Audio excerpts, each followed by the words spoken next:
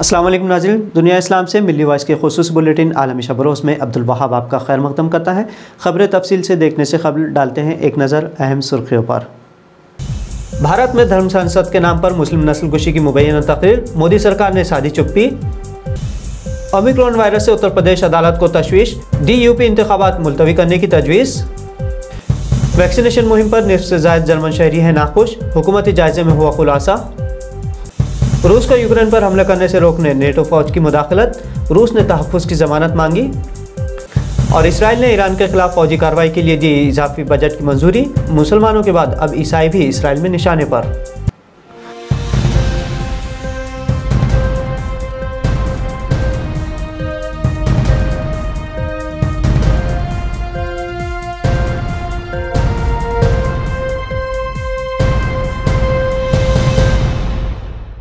भारत में हुक्मरान जमात BJP के इंतहा पसंद मुल्क में अक़लियतों के ख़िलाफ़ मुसलसल जहर घोल रहे हैं और इसी नफ़रत के माहौल के दरमियान सारे मुल्क में नस्लकुशी के जज्बात को उभारने की कोशिश की जा रही है।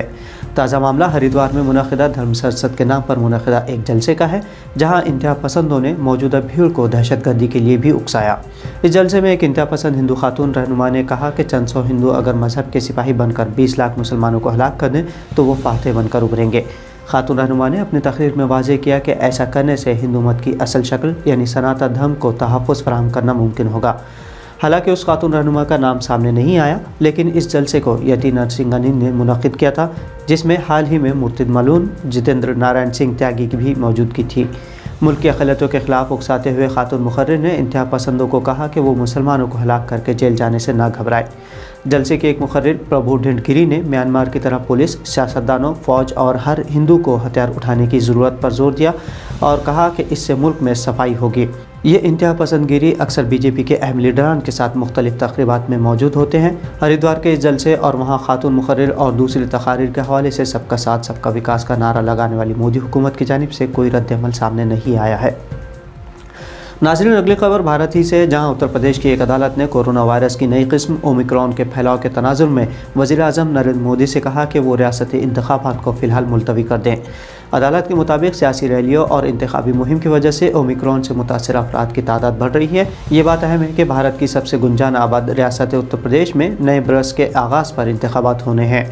220 मिलियन अफराद की इस रियासत के इंतखाबात के लिए ताहम हतमी तारीख का ऐलान नहीं किया गया है। भारत में उत्तर प्रदेश के अलावा चंद दीगर रियासतों में भी इंतखाबात मुनक़िद होंगे। 2 दिन कबल वज़ीर-ए-आज़म नरेंद्र मोदी ने उत्तर प्रदेश के वाराणसी में लाखों के मजमे से सुबह में एक खिताब किया और दोपहर को ओमिक्रॉन से बचने के लिए एक आला सतही मीटिंग में शिरकत की थी। यूरोपीय मुल्क जर्मनी में निस्फ से ज़ायद शहरी कोविड-19 के ख़िलाफ़ वैक्सीनेशन की मुल्क की मुहिम से मुतमईन नहीं है। ये बात एक ताज़ा अवामी जायज़े में सामने आई है।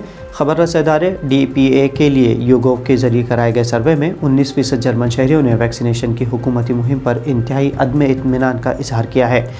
31% अफराद ने इसे गैर तसल्ली बख्श मुहिम करार दिया। सर्वे के मुताबिक 36% अफराद ने वैक्सीनेशन की मुहिम पर इत्मीनान का इजहार किया है, जबकि सिर्फ 6% ऐसे शहरी थे जो इस मुहिम पर मुकम्मल तौर पर मुतमईन थे। दुनिया के सुपर पावर अमेरिका को अपनी रिपोर्टिंग के जरिए लोहे के चने चबाने वाले विकीलीक्स के बानी जूलियन असांज ने अमेरिका के हवाले करने के खिलाफ बरतानवी सुप्रीम कोर्ट से रुजू किया है। असांज के वकील ने बरतानवी हाई कोर्ट के उस फैसले के खिलाफ सुप्रीम कोर्ट से रुजू किया जिसमें कहा गया था कि असांज को अमेरिका के हवाले किया जा सकता है। 2 हफ्ते कबल बरतानवी हाई कोर्ट ने निचली अदालतों के उस फैसले को बदल दिया था जिसमें असांज को मौजूदा जहनी हालत में अमरीकी निज़ाम इंसाफ के खिलाफ हवाले करने से रोका गया था। निचली अदालत का कहना था कि जूलियन असांज अमरीकी दबाव के सबब जिंदा नहीं रह सकते हैं। विकीलीक्स के बानी जूलियन असांज खुफिया अमरीकी दस्तावेज़ात लीक करने पर अमरीका में मतलूब है और अगर उन पर जुर्म साबित होता है तो उन्हें 175 बरस तक कैद की सज़ा सुनाई जा सकती है।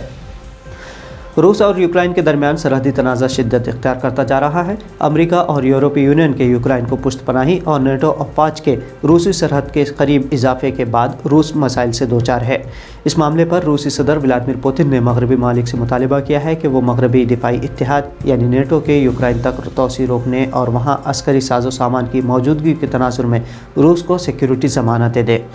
पुतिन ने कहा कि वो अमेरिका के साथ अगले माह से जेनेवा में मुज़ाकरात करेंगे, लेकिन उनका कहना था कि रूस नेटो से फौरी और ठोस इक़दाम की तवक्को करता है।